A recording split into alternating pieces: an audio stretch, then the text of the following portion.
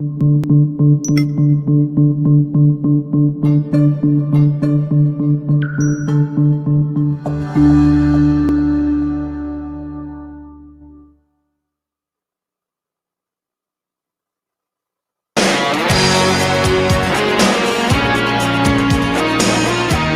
to Legends in Leadership, brought to you by ISF and the Carrington Group. Legends in Leadership is an inspirational podcast featuring the stories of leaders who are making a difference. Our goal is to inspire you with the stories of leaders who come from humble beginnings, overcome challenges, and ultimately rise up to make a difference in people's lives. Welcome to Legends in Leadership. This is Jason Smith, your host for episode 67. I'm a family officer with the Carrington Group and joined by my co-host today, Tyler Tallman, also a family officer at the Carrington Group, and Dr. Blair Ritchie, Executive Director of the International Student Foundation. Welcome, guys. Good to be here. Yeah. So as we do every week, we're going to start off with some leadership trivia. We're fascinated by the stories of leaders who come from humble beginnings and rise up to make a difference in people's lives. So, Dr. Blair, what do you have for us today? All right. Well, today's legendary leader actually passed away on this very date back in 1974. So this is a recent one. You guys might be able to get this one today. So I'm hoping. He was a child of Scandinavian immigrants, and interesting, was never given a middle name. When he asked his father why, his father responded, "When you were born, I was too poor to give you a middle name." But his father was a hardworking Norwegian, and our leader graduated from Cal Berkeley with a law degree. He would become one of several governors of California who would become national leaders. After a failed presidential run, he was appointed to the Supreme Court. During his 16 years on the court, he guided it in its landmark decisions on civil rights, electoral reform, and criminal justice equality. He also led the controversial investigation into the assassination of a president. Who is this legendary leader? I'll be back at the close of today's program with the answer. So you have to buy names in Scandinavia? I don't know how that works. Pay I get, maybe so. You betcha. You betcha. I think Linda's all over it. I see it in her eyes. She All knows right, good. for sure. Well, our guest today is Linda Septien. She is deemed one of the foremost authorities today on music industry career voice branding. From Allure Magazine, The Talent Code, Success Magazine, Nightline, and numerous national media outlets, Linda is the go-to star maker in the music industry rapidly trending commerce. She is known as the singing whisperer because of her detailed insight into the world of commercial music and launching careers for today's fans. So welcome to the show. Thank you. Glad to be here. Our careers are never going to be the same. As long as you don't start singing on this show, because there's no whispering that Linda can do to fix that. Or excited to have someone from the entertainment industry and to gain some perspective on leadership and helping others achieve their dreams. Yeah. We do like to start sort of towards the beginning and understand a little bit about some of the early influences in your life and what got you interested in the career path you ultimately chose. Everyone says get a real job. My parents were musicians, and the real job was music. So Very nice. I didn't really, we never thought anything differently but to be in music. And that's all we did. Never watched movies, didn't do anything. Every weekend we played music. So for me, it was natural to go into an amazing industry that's very tough, and only for those that have an amazing work ethic. I mean, because you get beaten down every day, not every other day, every day you get beaten down. And so it's an industry that also trends every day differently. Okay. So you have to follow trends by the hour to be able to catch up and keep up. Whereas real estate, other things are not so apropos to have to keep up with them in trending. But for me, I was a classical singer.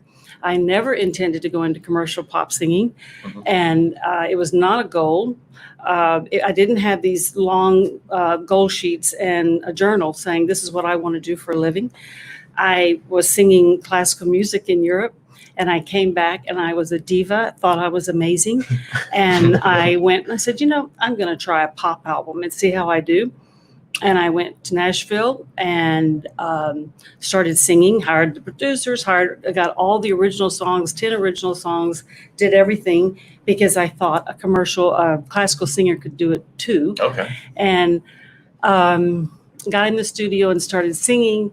And the producer said, "Are you going to sing like that?" And I said, "Well, I just got back from an Italian tour. I'm pretty sure I was paid for it, so I must have some kind of voice." And he said, "That totally sucked." Wow. And I went, "What?" And he said, "You have no feeling. You have no imagination in your words. Your facial is completely dead. You don't have any clue of what telling a story really is." I mean, and I thought to myself, okay, I'm paying this guy, so either he's telling me the truth or he wants to be fired. And I thought, okay, it must be the former. And so I assumed that I was not doing a good job. And he said, "You go away and find out what I'm talking about." And I said, okay. So I was a diesel sniffer, as they call it, to rock bands for 2 years. And that means I went behind these big 18-wheelers everywhere I could. And every band or solo act, I wrote, I think, 36 books on it, just for me, journaling, saying, okay, when he smiles, this side did this. When he went stage left, stage right, when he said this, they laughed. When time gesturing, which is just, when you do different things with your body in between beats. I put that down. I put every top artist I could, from Sting to Aerosmith to Rolling Stones at that time, anything I could. And I just started using it. I mean, just saying, okay, I'm going to try this now. I'm going to try this. And we started trying it, we meaning me, by myself.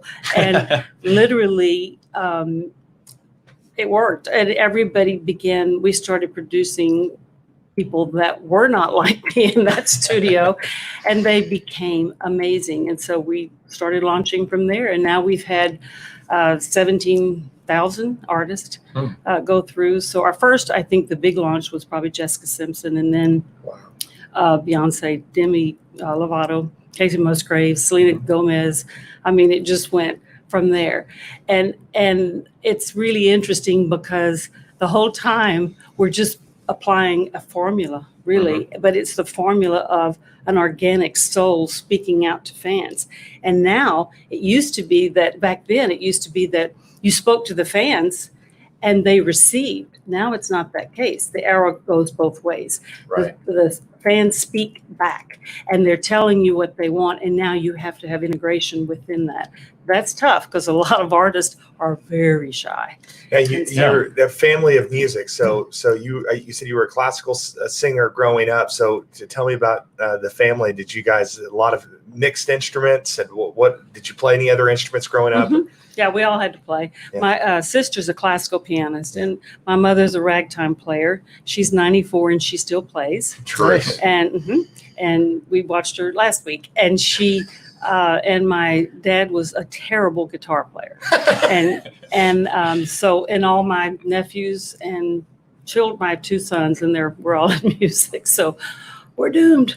And so they, but yeah, growing up, middle class music. I mean, that's what we did, from church to anything that we could do that would get us out there and let people see us, because you kind of get addicted to performing, and that's what an entertainer's heart is, especially when children come in. I know they're an entertainer because they're like, what's this? Look at me. And that's good. Now, obviously there's things that you have to even out and balance in life because of it. So we do a lot of headspace with kids, a lot of brainwashing, good brainwashing on what this is just a job. It's a fun job. And people want to do it, but it's only a job. And you've got your whole unity in person this is not your identity. Being a star is not your identity. It can't be. That will really screw you up, because if you let people be your identity, the fans, read social media, you'll know what happens. What is it? The market shifts. if tastes Constant. change, Mhm. as you said, minute by minute, 9 months. if your just entire like fashion. identity is tied up in that, it can be devastating. It's interesting too, because they're doing all these psychological studies, whether it's sports stars, whether it's musicians, and down the line, that really the actual psychological effect of the amount of time that they spend reading things about themselves. Yes. As a matter of fact, Rory McIlroy, the golfer, they just did a huge article on him and his performance level of actually shutting down all of that and then actually going through this self-identity process. So it's really interesting you brought that up, because man, kids are so malleable when they're young. However, man, if they think that the end track of this is being the star, making millions of dollars, and that's it, man, it's kind of a sad, lonely track to go on.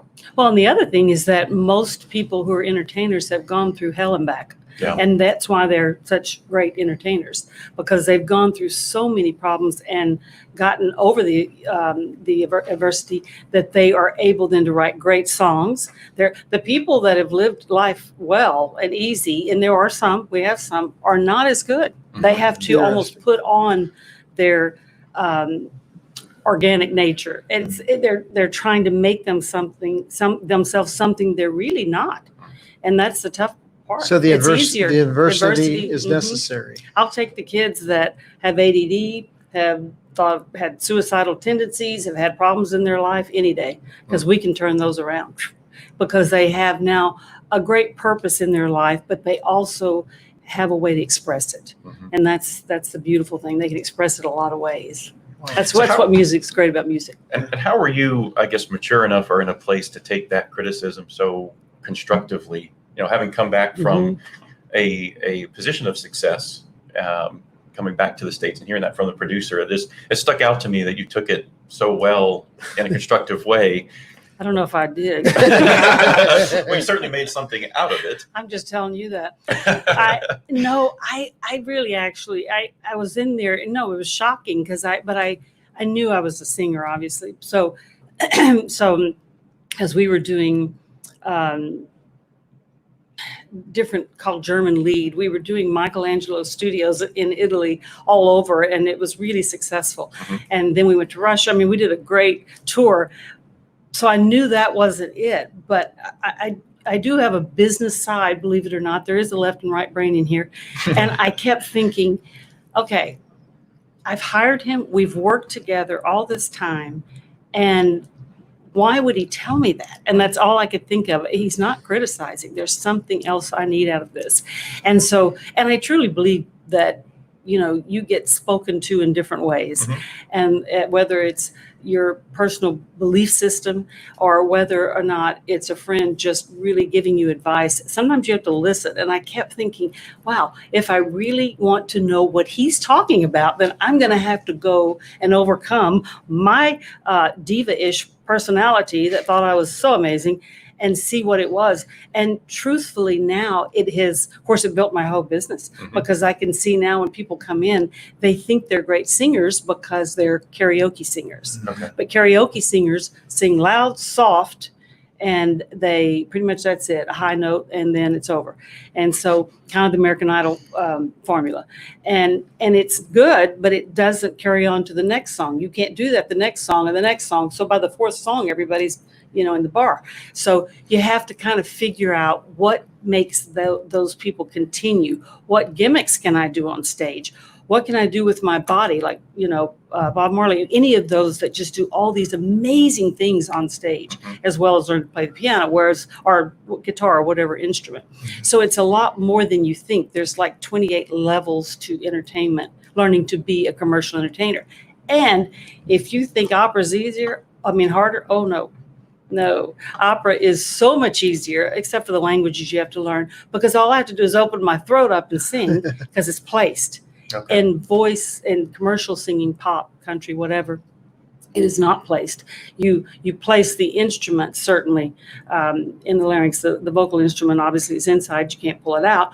But you have to place words in a way to be able to sing that and emote and play the instrument and do time gestures and dance and speak to the audience. As a classical singer, you put your hand on the piano, and you just sing, Just belt it out. Since you brought it up, I wasn't going to, but you said American Idol, and I think of mainstream, television and entertainment. I think of The Voice and I think of American Idol. What about those shows really has made them the success that they are? They continue to go on and on and on. I mean, after season 2 of American Idol, I think we're at season 18 or something. I was over it. I'm like this. But what is it about those shows that capture the public's attention, in your opinion? Well, I have an inside view. I work for American Idol. Okay. And so it is, at first, I would say, I went to the very first where Kelly was. I mean, Kelly was there because it was in Texas, and there was nobody there. It was me and Kelly and one other girl. I mean, I wasn't auditioning. I was just trying to see what it was about for our artist. And so I watched the show year after year. Of course, it took its break, and it did because The Voice was a better fit for the audience. They liked the gimmick of the chairs turning, so it became a much better watch show, more pronounced show. American Idol came back, of course, and is doing very well because they went to the more organic story behind the scenes, and then they're also doing a couple other things that are helping them.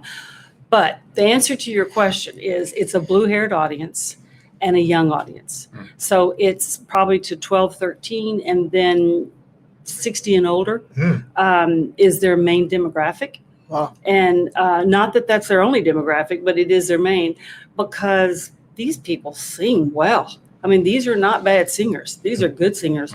And it is so hard to make it in the industry that they go to this kind of format to be able to try to get a chance at anything, right? I mean, that's what they do. The only problem is fans today want to discover their own talent on Spotify. And so it's very difficult. And you would think it wouldn't be. I mean, with 1 billion people watching this thing, why wouldn't it just transfer over? Because young people want to find that on TikTok or Spotify or Apple Music, whatever, and be able to dig that out. And also, they didn't used to have original songs, so it was all covers. Not that covers aren't popular, they are right now, and they didn't used to be, but they will launch a career. But also because of the fact that they had stale songs year after year. They have changed that. The popularity is, though, it's a contest.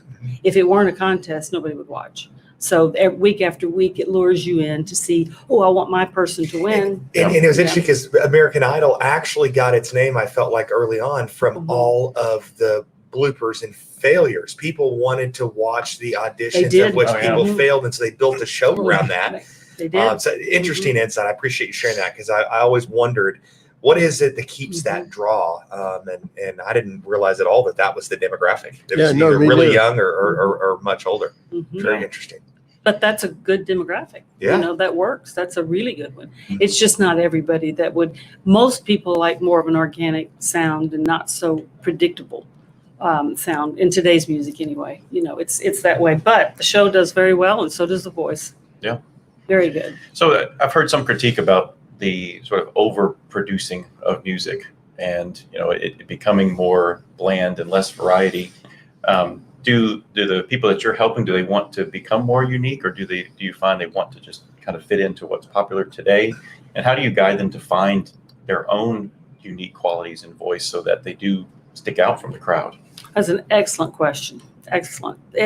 When you first start, you have to train them in anything that they can sing at first, right? So anything we can, because we're training the instrument, and then from there entertainment, and then from there interview skills, and then from there time gestures. It keeps going as we add.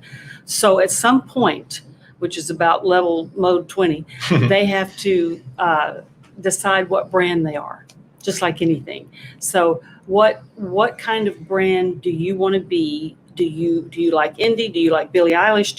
Who are you? Now, the problem with this, and that is not a problem for them. They know what they want and what they like. They try to sing what they've been listening to, and everybody tries to hear what they heard in high school. So just keep that in mind. You probably still, from your high school days and early college, you're going to listen to what you grew up with. Yep. I love rock more than anything, but it's because that's what that was my definition of music. So when you're trying to brand someone, the hard part to tell them is the business side. and I always use my example, and that is, if I drink this water, it's going to be good for everybody. The minute I put grapefruit juice in it, now you've lessened your audience by a whole lot. Mhm. So unless you want to work in bars all your life or 7-Eleven, you're going to have something that sells to a number of people that will buy it in order for you to make a living. Yeah. And if you don't want that, then do what you feel, and it's a part-time job at that. And if you can be innovative enough and really be that person, that forefront runner that puts something out like Billy. Billy's not doing much different in what she does, but what as far as the music, but what is good is Phineas, her brother's there. Mhm. That's we call it a gimmick or brand adder. And then she also is an amazing dancer. She has an amazing body, but she wears parachute Mhm. clothing. That's another brand adder. And then she also is just cool. I mean, her whole attitude and about everything is just a cool And attitude. she seems for young. unaffected by it all. And She's maybe she very is, maybe she unaffected. isn't, but she's very down really, to earth that's and genuine. and her songs are killer top songs. Mhm. Just like Lizzo. You look at Lizzo, and her songs are some of the best songs I've ever heard in my life. They're Mhm. amazing. And what she branded her obesity. Mhm. She said, that's what I'm branding. I'm happy and I'm going to show it. That's a brand statement. And That's interesting because Kelly yeah. Clarkson, it seems, has gone through a couple of cycles, Yeah. right? So right out of American Idol, you Mhm. saw her being made into sort of a Britney style pop artist. And then today she just seems to be more about the voice and the singing and less about sort of the character. And Yeah. so what do you make of that process, and how does someone process that, and survive that and come out to be successful? Well, she's just a great singer. She's phenomenal. I mean, there's nothing she can't sing. She's really an R&B singer. She's a soulful, rootsy singer and her personality, of course, we love Texas. So, I mean, she's just, that cheerful, amazing personality that everybody wants to live next door to, just Mhm. like Taylor Swift, which is Taylor Swift's popularity. I mean, she truly is the girl next door, truly is. Mhm. And Taylor had to evolve. She wasn't a great singer when she started. She was a great songwriter, but she's evolved, and now she is a full-fledged act. Mhm. She had a good amount of money behind her, so Right. that helped. Yeah. That helps a whole lot. Yeah, You can make a few more mistakes. you can make a when few more when You can buy your way out of them. and it takes about $1 million a person to launch in the pop industry. Wow. By the time you've paid all the payola to radio, and I'm going to be killed for that. And then, you pay a number of people, Spotify, all of them. It's all, you can pay it. Sure. And it's just, you just keep doing, you have to have a product, you have to have talent, but, Sure. obviously that you can pay it. Just fascinating. So what do you tell us a little bit about how all these different forks in the road for you? There was the one big one that we talked about, but talk about your business now. How do people find out about you? Who are you looking for? What's a good fit? Because it sounds like you're able to help just about anybody that really aspires to be something. But I imagine that there's some people that are a good fit and maybe some that are not. So talk a little bit about that. Well, people come and we have different programs so they can audition for any program that they feel that they would want to, and then we just choose it that way. We also put groups together. We have a group called the Micro Chicks right now that are just precious. That's the 11 and 12-year-olds that think I'm a legend now and old. So they are, so we put them together and actually train them, teach them, put them out there. And we have in our own record label puts out also, but there are a number of people that not only don't have the it factor, they just don't have the voice factor, because their bodies, you have to have 80-mile-an-hour winds coming across your lungs to get that out. And so they don't have the physical ability to actually push that much air and respiratory in the respiratory system. So it's hard for us to teach, because at some point, if I can't make them an athlete, because we do training weights at the same time, running all the same thing, because you're on stage, you're going to lose 400 calories an hour in a voice lesson, but also on stage, it's up to 800. So you're constantly working. Your hands are always up, especially the punk guys. They're always doing that. And you never, so even when we sing, we put our hands out. Just get used to it because you don't want cafeteria arms anyway, so you got to always be out. And that's the hard part about music. You also got to look good, and so you're constantly having to keep, especially different ethnicities allow for different things. Sure. But you've got to, be in shape. So some people are not able to do that. So we would have to brand them a different way, I guess. But also there is such thing as tone deafness.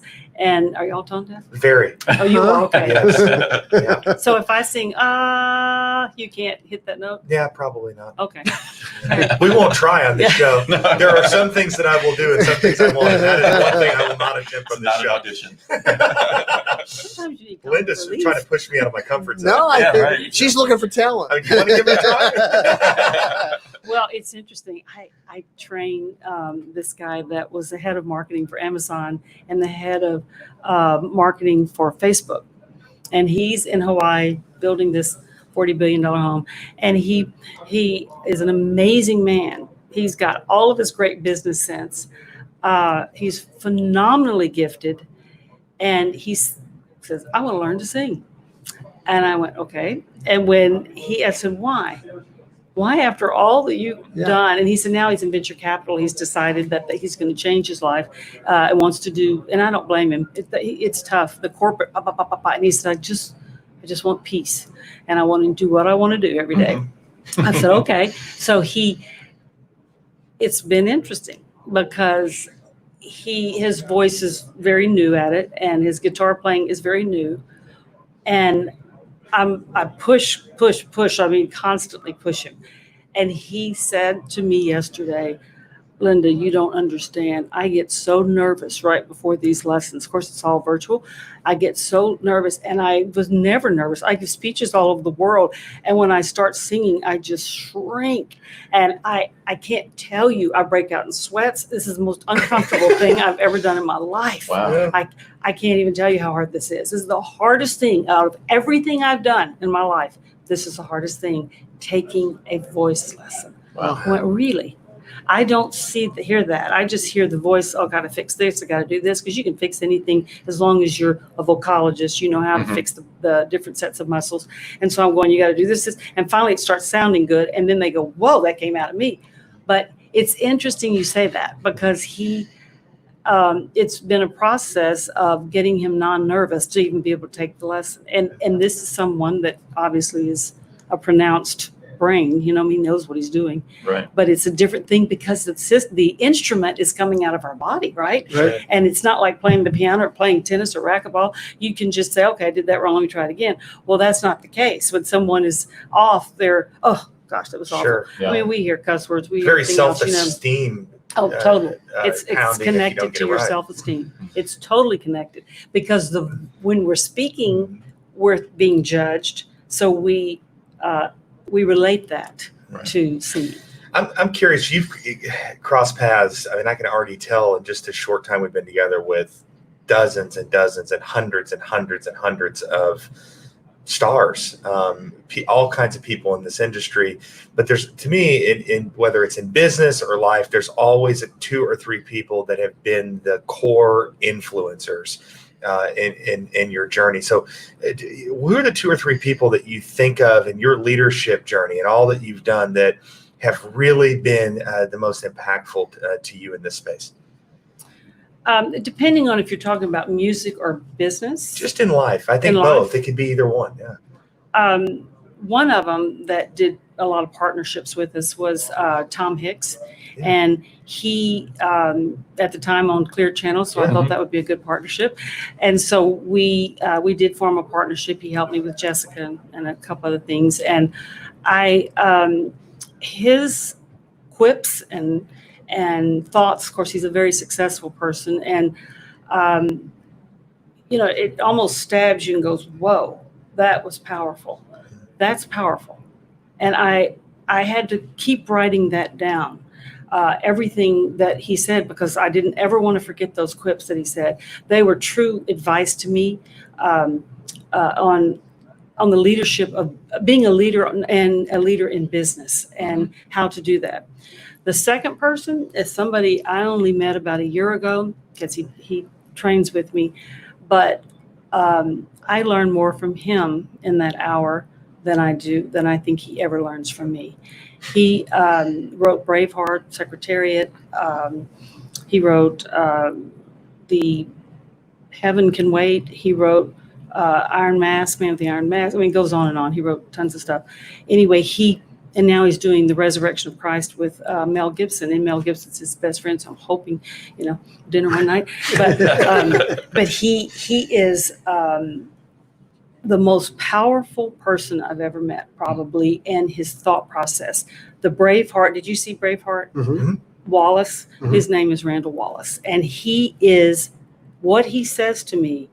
I just stop and I can't even go on because I go, hold on.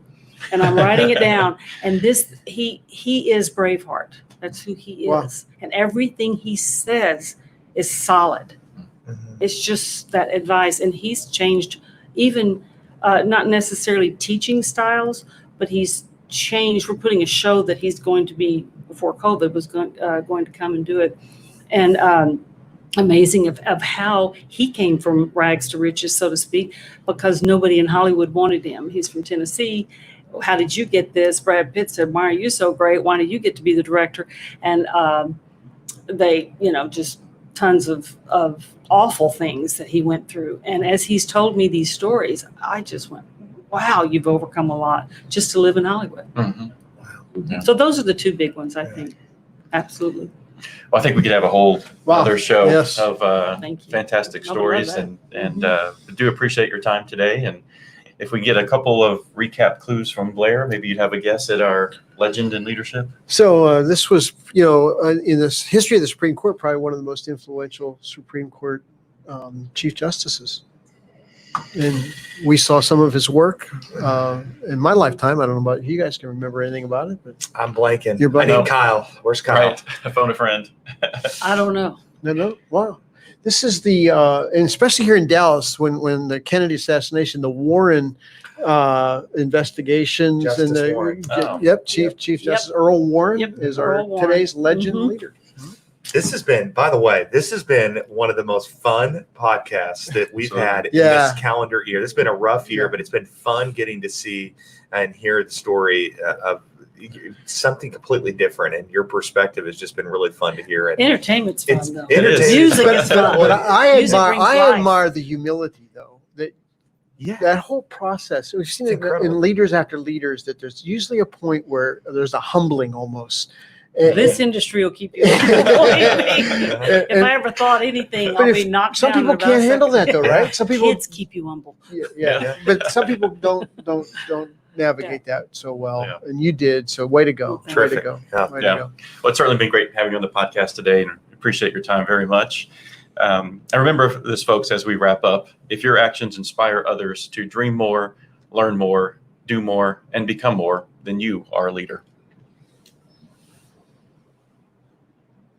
Carrington Group. Carrington Group is a family office with a passion for helping business leaders and their families make smart choices and fulfill their highest aspirations. To learn more about the Carrington Group, visit their website at www.carringtonfo.com or Google Carrington Group, Dallas, Texas. ISF is committed to leadership development for aged out foster care and orphaned youth. ISF's mission is to transform these youth into tomorrow's leaders with scholarships, mentoring, and leadership training. To learn more about ISF, visit their website at isfsite.org or Google International Student Foundation to learn more. Securities offered through Regulus Advisors, LLC, member FINRA/SIPC. Investment advisory services offered through Regal Investment Advisors, LLC, an SEC-registered investment advisor. Regulus Advisors and Regal Investment Advisors are affiliated entities. Carrington Group and this broadcast are independent of Regulus Advisors and Regal Investment Advisors.